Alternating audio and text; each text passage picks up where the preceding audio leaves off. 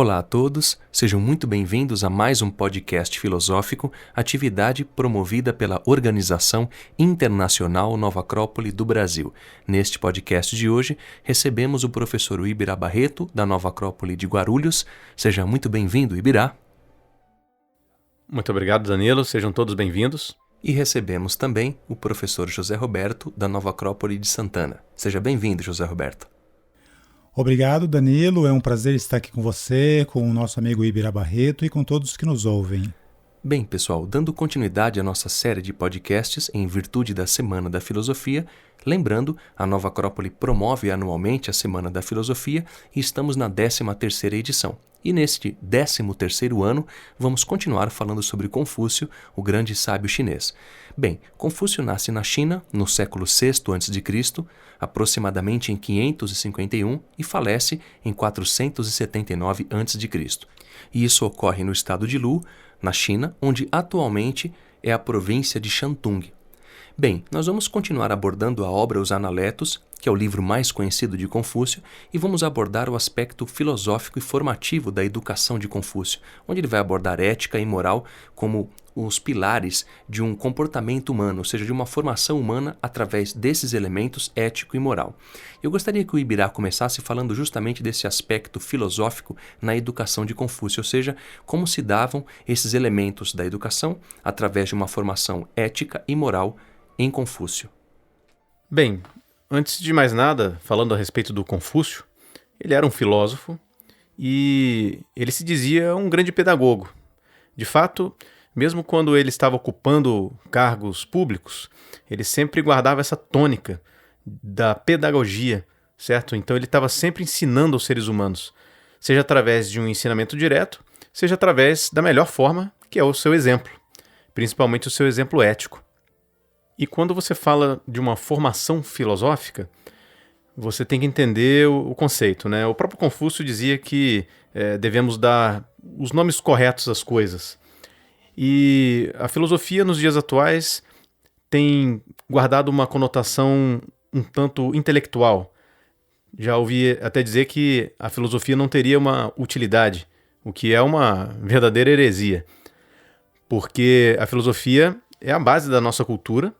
E, na verdade, quando falamos de uma formação filosófica, estamos falando de uma formação integral, de uma formação que não vai tocar apenas um dos aspectos do ser humano, mas vai procurar integrar alma, mente, emoção, corpo, tudo isso de uma forma bem completa, porque a filosofia dizem que é a música que se faz com a alma.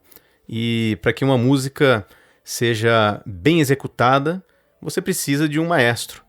Dessa forma, a nossa consciência serviria como esse maestro, harmonizando todos esses aspectos.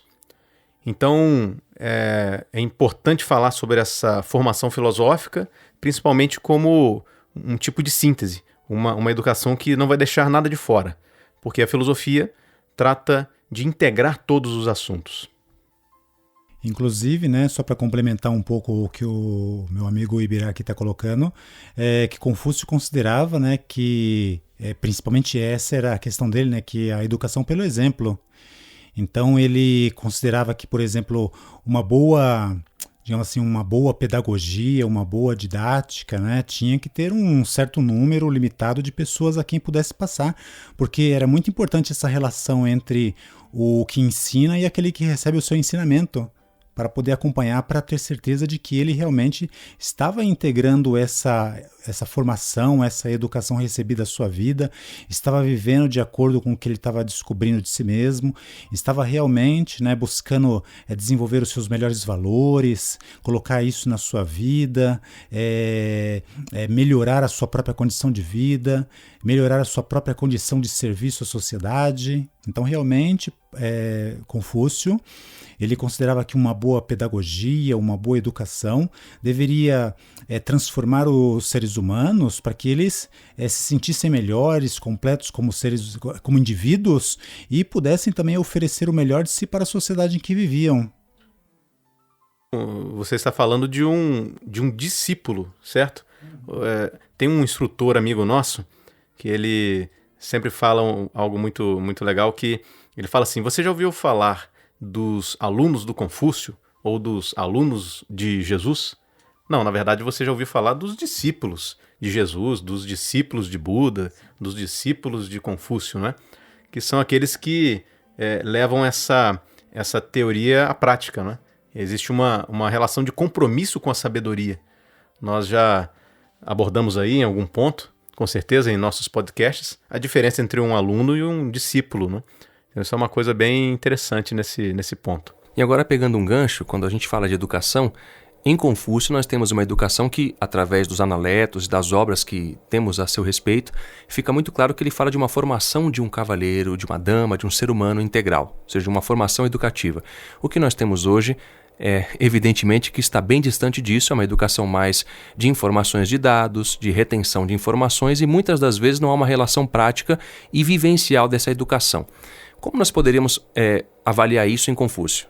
Quais elementos ele traz de diferente para que a gente não incorra nesse mesmo erro educacional que nós temos vivido hoje? Bem, falando sobre os dias atuais, nós vemos uma quantidade de informações muito grande sendo simplesmente despejada sem uma necessária conexão com o dia a dia, uma conexão com a vida daquele que está recebendo essa informação. E um outro ponto que eu vejo muito, um tanto distorcido, na verdade, é a relação entre a educação e uma formação técnica. Associou-se a educação a um ofício específico. Então, quando você fala, vou para uma faculdade, vou ter uma formação, sempre vai ter uma associação muito forte, única e exclusivamente com esse aspecto profissional. E, na verdade, nós deveríamos buscar o conhecimento por ele mesmo. Nesse ponto, deveríamos ser mais filósofos, ou seja, deveríamos amar o conhecimento, porque amando o conhecimento, nós vamos ter condições, inclusive, de buscar uma formação técnica mais especializada em algum ofício. Mas esse seria um complemento. Haveria existe uma série de elementos que são primordiais, principalmente a formação ética. O Danilo falou a respeito do cavalheiro, não é? Do cavalheiro e da dama, e eu vejo que isso é algo muito significativo. Porque se você não possui um ser humano razoavelmente civilizado, o conhecimento nas mãos desse ser humano incivilizado causaria um dano à sociedade e não um benefício. Precisamente, muito bem colocado, né, Ibirá? E existem até outras questões que nós poderíamos colocar como uma problemática na nossa sociedade hoje por conta dessa educação que é mais informativa, que é uma informação mais técnica, é uma informação mais intelectual e muito descomprometida com as realidades que as pessoas, que os seres humanos vivem hoje.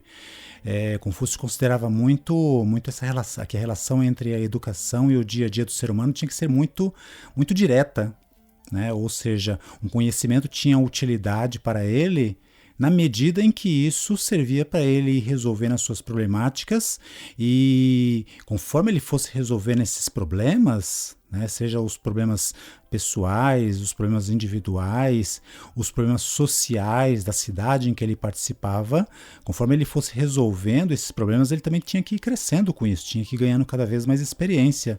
Ou o ser humano, né, enquanto ele enfrenta essas lutas do dia a dia, tanto suas como da sociedade, ou ele vai adquirindo essa vivência, né, essa rica vivência, ou então ele vai criar campos que vai, digamos assim, vai abrir um espaço para uma separatividade. Sim, e é interessante porque essa separatividade começa dentro, né? Quando você estava falando, José Roberto, a respeito do indivíduo, da sociedade, certamente nós citamos nos podcasts anteriores essa relação muito íntima que o Confúcio colocava entre a ética, que seria a busca da unidade dentro do indivíduo, dentro do ser humano, e a relação entre a ética e a sociopolítica, que é a busca da unidade entre os seres humanos, fora, né? Ele dizia que quando o indivíduo ia bem, a família ia bem. Quando a família ia bem, a cidade ia bem, e assim em diante até o Estado.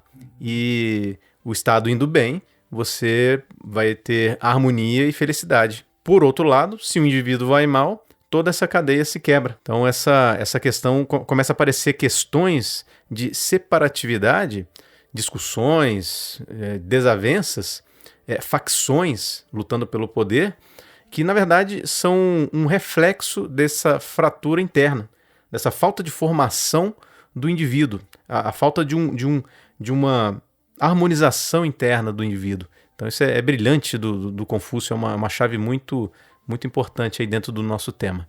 A gente percebe o quanto isso é atual, ou seja, o quanto os ensinamentos, as frases do Confúcio, elas servem perfeitamente para nós entendermos os nossos momentos atuais, né, Ibirá? Podemos dizer que a gente percebe isso, às vezes, nas coisas mais próximas do nosso cotidiano. Às vezes as pessoas estão reunidas ao redor de uma mesa, comemorando uma data especial, mas cada um está simplesmente conectado com o seu mundo.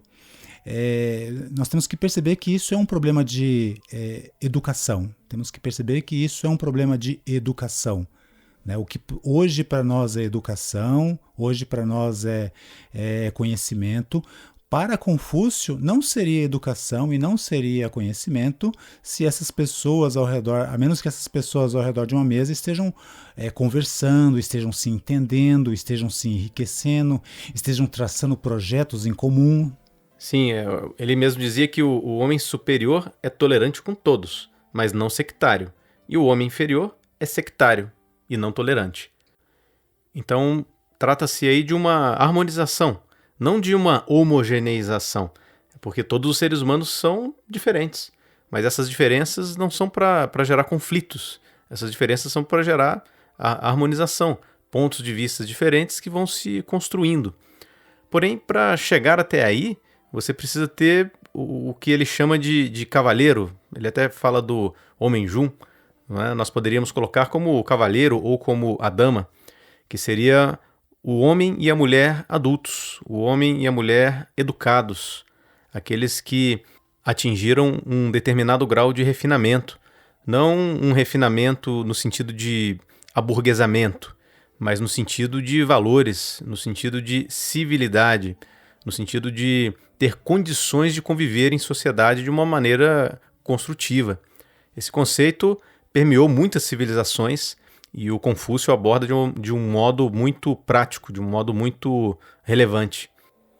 Agora, pegando um gancho nisso, quando Confúcio fala desse cavaleiro e dessa dama, dessa formação, a gente não está falando de uma educação de qualquer tipo.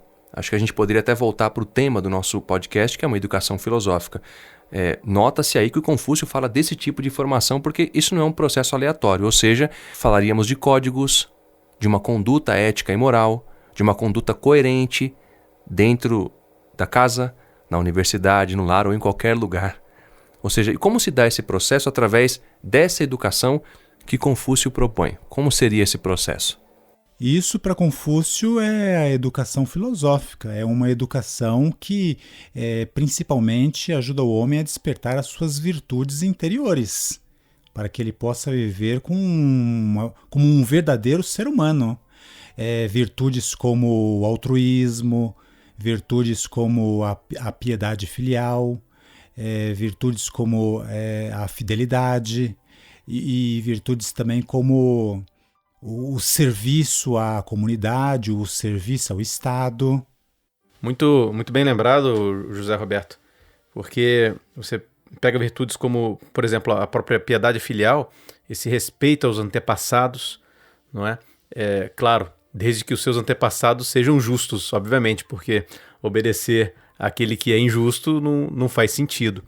Mas ele trabalha muito essa questão da tradição. Eu vejo que o Confúcio ele traz esse respeito, não é? E gera todo um sentido de integridade entre as gerações, entre as pessoas. Não é? Não existe, por exemplo, essa ideia de que teríamos que ter uma luta entre classes, uma luta entre diversas facções, ou uma luta entre gerações, não é? Diferentes religiões. Então, tudo isso vai puxar outras coisas, como a própria ideia de integridade, né? A própria ideia de lealdade. Então, é muito importante. Ele falava muito do ritual, né? Abordamos também em outros podcasts, mas essa questão do rito na vida cotidiana, que é você colocar consciência nos seus atos, fazer com que cada dia, cada momento seja vivenciado de maneira consciente, né? Porque quando nós deixamos a nossa consciência cair, começam a vir aqueles elementos inferiores, aqueles elementos que não favorecem a convivência, que não favorecem o florescer de uma sociedade mais harmônica. E isso é precisamente o que Confúcio entendia como ser cavalheiro, e nós também podemos complementar como ser dama. Um indivíduo com uma formação distinta, uma formação que busca retirar de dentro do ser humano as suas melhores virtudes para ajudá-lo a colocar, como você bem lembrou, né, com consciência em tudo aquilo que ele faz. Seja na sua casa, seja nos seus estudos, seja no seu trabalho. E esse é o grande valor da educação filosófica, como a entendiam Confúcio, como a entendiam Sócrates, como entendiam Platão, como entendiam os antigos gregos, os antigos egípcios. Uma educação que principalmente faça com que o ser humano se relacione bem consigo mesmo, né? Para que nos melhores momentos da sua vida ele possa retirar uma experiência válida, para que nos momentos de dificuldades também ele possa resolver essas dificuldades, de que estar crescendo cada vez mais com isso, para que sempre ressalte em si o melhor que ele tem, para que ele possa oferecer também para a sociedade em que ele vive. Sim, você falando, eu me lembrei de uma outra virtude da qual Confúcio fala, que é o querer aprender. Isso tem uma relação com o ser filósofo, com o buscar o conhecimento também, não é? E é interessante que tudo isso é muito atual, porque embora Confúcio tenha vivido há milênios atrás, a mensagem dele é muito atual, tem um poder muito grande, porque se trata de ética e de moral, que são valores atemporais. Gostaria que vocês encerrassem, então, falando um pouco sobre como essa filosofia de Confúcio, como essas ideias de Confúcio podem nos ajudar nos dias de hoje, para que compreendamos mais o nosso valor como indivíduos, não é? E também como seres humanos dentro de um contexto social, porque ele fala muito disso, do indivíduo, da sociedade e do Estado, né? Como nós podemos então viver algo disso nos dias de hoje. Bem, nos dias atuais, você vê que mesmo que tenhamos muita informação, não necessariamente você vai ter uma elevação do nível das conversas, não é? Muitas vezes existe muita vulgaridade, não é? Essa ideia do Confúcio, né, quando ele coloca essa questão do cavalheiro, da dama, eu vejo como algo que nós podemos sim vivenciar na nossa medida, qualificando um pouco mais os nossos gostos, qualificando um pouco mais aquilo que nós buscamos, aquilo que nós falamos. E também eu vejo que, como ele mesmo dizia, que um cavalheiro em tempos difíceis, não é? Ele não se deixava levar pela maioria, no sentido de que se a maioria tem um comportamento indigno, não é? Isso não é justificativa para que nós tenhamos um comportamento indigno também. Pelo contrário, é até um bom treinamento, não é? Então, quando um filósofo, quando um cavalheiro e uma dama vivem tempos duros, tempos difíceis, na verdade eles veem isso como um belo campo de treinamento, não é? Ao invés de se lamuriar pelo que ele não tem condição de mudar, né? Ele tem condição de mudar a si mesmo. Então, quando você vê a ideia de ter valor perante a vida, não é? De tornar-se um defensor das causas justas, um defensor das causas difíceis, a despeito daquilo que se vai pensar a seu respeito, né? Eu vejo isso, são coisas muito palpáveis, são coisas que nós podemos vivenciar em algum grau. Não é? E estudar Confúcio, ler sobre esses grandes clássicos e sobre essas frases maravilhosas que ele nos legou, eu creio que isso é uma inspiração para que nós possamos efetivamente sermos melhores. A questão é justamente essa do sermos melhores. Ensinamentos de grandes sábios como Confúcio são bons porque em qualquer época da humanidade, em qualquer contexto social em que vivamos, se nós, digamos assim, nós compramos essa ideia, nós vestimos essa camisa, se nós compreendemos que temos um potencial muito grande a ser desenvolvidos, isso nos enriquece tremendamente. Por quê? Porque, de certa maneira, nos faz trabalharmos para desenvolvermos cada vez mais esses valores que ele valoriza, que ele divulgava tanto, que era a questão do altruísmo, a questão da piedade filial, vai nos tornando mais sensíveis às questões humanas, vai nos aproximando das outras pessoas. É interessante que um cidadão honrado vai procurar para ser seu amigo outro cidadão honrado. Um cidadão nobre, ele vai evitar justamente aqueles que não são nobres, né, ou estão comprometidos com coisas que causem malefício à sociedade. E se reconhecendo uns aos outros, né, como essa busca comum, eles vão se aproximando, vão criar vínculos de amizade, vão criar vínculos de grupos, vínculos de famílias, né, que vai cada vez mais fortalecendo o tecido da sociedade. E isso é muito bom, tanto individualmente, né? Uma célula, imaginemos o indivíduo como uma célula, né? Uma célula se sente muito melhor quando ela está participando de um corpo saudável do que de um corpo com células doentes por todos os seus lados. Então esse é o grande valor de uma filosofia como a de Confúcio ou de todos os grandes filósofos da nossa história como um Platão, um Sócrates. Por quê? Justamente porque faz com que o ser humano, né, desperte em si o que ele tem de melhor, né, aproxime-se de outras pessoas que também busquem os mesmos valores para que possam sonhar, trabalhar e construir juntos uma sociedade que seja digna. Bem, pessoal, dessa maneira encerramos então o nosso podcast. Agradeço mais uma vez a presença do professor Ibirá Barreto. Seja muito bem-vindo, Ibirá. Muito obrigado, Danilo. Como sempre, uma honra. E dessa vez ao lado do José Roberto. Um grande prazer sempre. E obrigado também pela presença do professor José Roberto. Seja sempre bem-vindo. Obrigado, Danilo. Também obrigado aqui pela oportunidade de participar desse podcast com o amigo aqui, o Ibirá Barreto, e que nós estejamos juntos em outras oportunidades e gratos por todos aqueles que nos ouvem também. Bem, pessoal, para aqueles que queiram nos contatar, podem fazer através do e-mail podcast@nova-acrópole.org.br.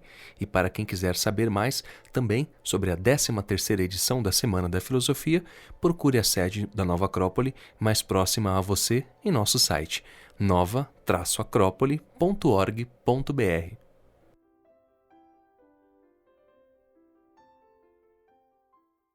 A trilha deste podcast é de autoria de Mozart e chama-se Sonata para Piano número 15 em Dó maior.